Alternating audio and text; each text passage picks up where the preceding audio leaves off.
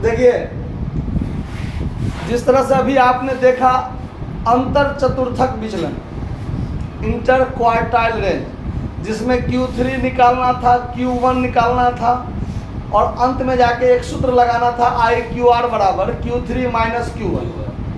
ठीक, अब आगे जो है आपका अर्ध अंतर चतुर्थक विचलन यानी सेमी इंटर क्वार्टाइल रेंज, इसी को क्वार्टाइल डेविएशन भी कहा जाता है। QD कहेंगे हम लोग शॉर्टकट में, क्या कहेंगे?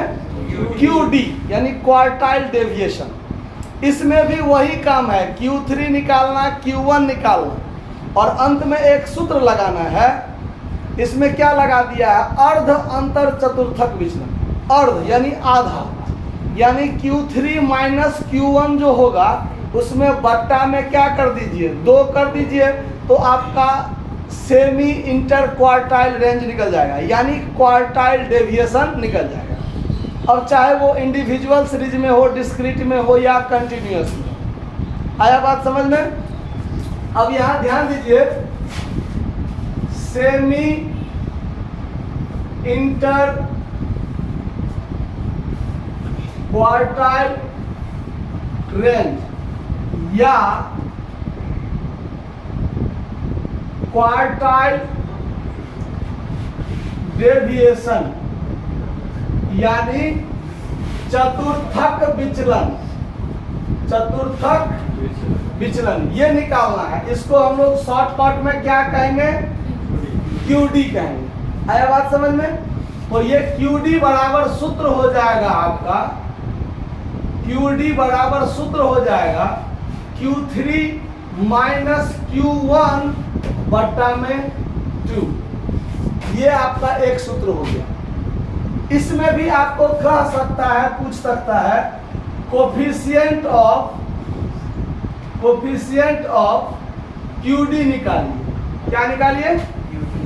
तो जैसे आप L माइनस एस बट्टा L प्लस एस किए थे ना, वैसे ही यहाँ पर Q3 माइनस Q1 बट्टा Q3 प्लस Q1, ये चीज आपका कोफिशिएंट ऑफ QD बराबर। अब आपको इंडिविजुअल सीरीज में पूछे, डिस्क्रीट में पूछे और कंटिन्यूअस में पूछे, किसी भी सीरीज में पूछे, तो आपको Q3 निकालना आता है और Q1 निकालना आता है। बस ये दो निकालना आता है तो कोई भी सवाल आपको आता है। अगर ये निकालना नहीं आता है तो कुछ भी नहीं आता है। तो जैसे पिछला सवाल बताए थे हम, इंडिविजुअल सीरीज में IQR निकालना, तो अभी हम आपको 19 नंबर क्वेश्चन बताते हैं कंटिन्यूअस सीरीज में।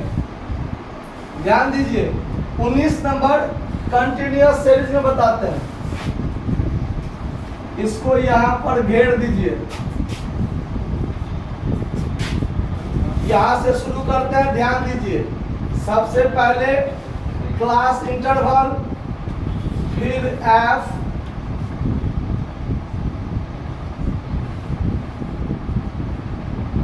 दस से 20 से कहां तक है? देखिए तक 0 से 10, 10 से 20, 20 से 30, 30 से 40, 40 से 50, 50 से 60 और है। F में क्या सब है? 5 3 8, 5 3 8, 5 3 8, 5 10 4, 5 10 4 ये है। और Q3 Q1 निकालने के क्रम में आपको CF निकालना पड़ता है। तो अगला कॉलम हमारा क्या होगा? CF का। तो पहले 5 3 8, 8 16, 5 21, 10 31 और 4 35। ये काम हो गया मेरा। अब आपको निकालना है Q1, तो फॉर Q1 अब हमारा Q1 पर काम चलेगा। तो कंटिन्यूअस सीरीज में छोटका Q1 निकालना पड़ता है। हाँ, और यहाँ पर सीधे n/4 आइटम होगा। क्या होगा?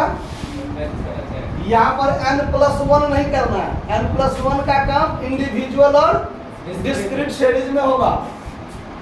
देखिए, तो यहाँ 35/4 कीजिएगा तो 8 चौक 32, 8.75वां पद निकलेगा। निकलेगा और क्या लिखना है 8.75वां पद CF के किसमें शामिल है? CF के 16 में शामिल है। इसीलिए Q1 क्लास बराबर जो होगा वो 20 से 30 होगा। क्या होगा? 20 से 30। ठीक। अब L1 बराबर क्या होगा? 20। I बराबर 10। फिर F अपना कितना है इसका? 8। और छोटका Q1 कितना है? और C बराबर कितना हो जाएगा? इससे ठीक पहले वाला 8। अब लिखिए Q1 बराबर L1 प्लस I बट्टा F into Q1 minus C। ठीक है। L1 कितना? 20। प्लस 10 बट्टा 8 इंटू 8.75 माइनस कितना? 8। 20 प्लस 10 गुने इसको गुना कीजिए, घटाइएगा तो 0.75 और बट्टा में 8। तो 20 प्लस ये हो जाएगा 7.5 बट्टा 8। तो 20 प्लस भाग दीजिए 7.5 में 8 से 0.93 यानी 20.93। ये आपका Q1 निकल गया। आया बात समझ में? अब सेम काम क्या करना है हमको? सेम काम क्या करना है? Q3 निकालना है। निकालना है। अब Q3 निकालने पर ध्यान देते हैं। देखिए अब क्या निकालना है? Q3।